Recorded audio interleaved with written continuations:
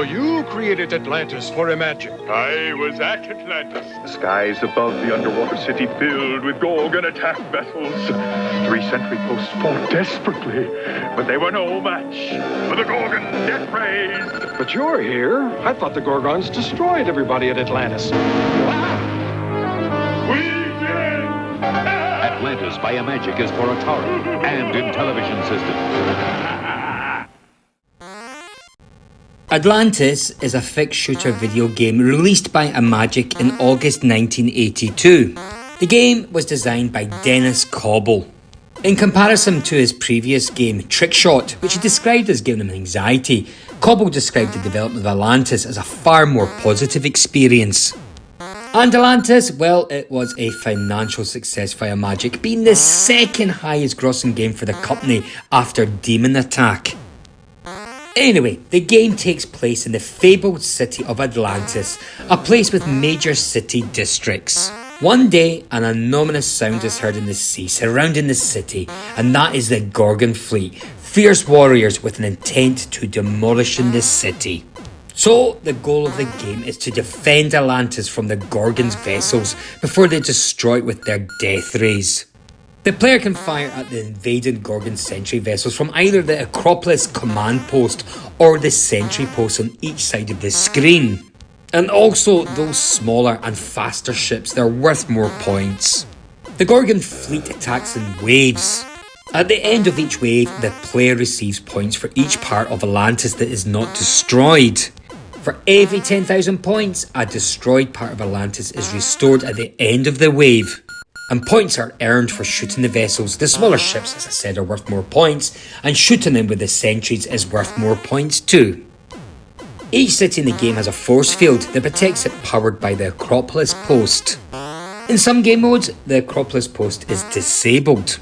Other game modes include adjusting whether the next wave of enemies have faster enemies, or offer a 2-player mode where the left joystick fires the left and the right joystick control each sentry respectively. Now, with a rudimentary sense of timing, you can easily wipe out the first few waves of ships. You probably won't even need the side cannons. And as you advance, well, the speed certainly picks up. Timing certainly becomes tighter, precision more important too. Let a ship slip by and it will return with a nasty vertical laser, destroying one of your structures. The first to go is usually your central cannon, and from there you're forced to use the side guns. As ships slip by, they'll destroy more pieces of your city until you are forced to flee. Now, I have to say, Atlantis, it gets wicked frantic.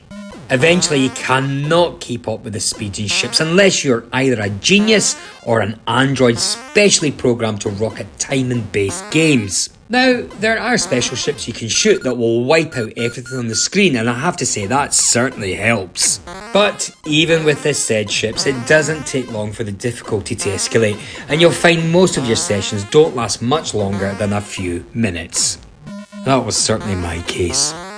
The game certainly provides a quick and simple action, and sometimes that's all you really need.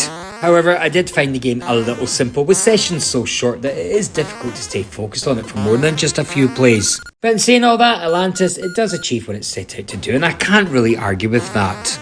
The developer certainly knew how to keep things simple, and he did provide us with a decent basic action-packed game, with enough explosions and destruction to keep drilling fools like myself interested.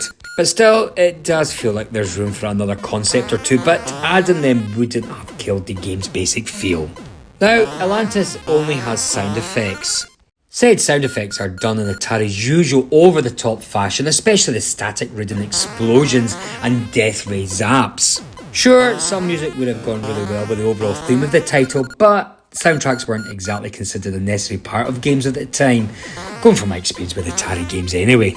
Now, with regards to the graphics, everything in the game is very colourful to say the least. Both your turrets and enemy ships are rainbow coloured, and there are some pretty spectacular seizure-inducing explosions that occur when you blow up enemies. Aside from that though, everything is represented by the usual blocky Atari graphics, but the developer did do a good job of representing the sunken city, considering what they had to work with, and the game has a certain charm to it as a result. And on a side note, some of those ships look suspiciously like the Enterprise from Star Trek. It's difficult to say whether or not this was intentional, but it is amusing nonetheless. And finally, I would say that gaming was still very much a new medium when Atlantis hit the shelves, and the Atari 2600 could only do so much. With that said, I couldn't help but think the game was maybe a bit too ambitious for its time. Someone playing Atlantis back in 1982 may have thought otherwise, but people have spent years playing shooters and first-person shooter games that allow them to spray bullets at absurd rates, like myself, may have trouble getting used to the more, shall we say, measured pace of this title. However, the game is an interesting history lesson.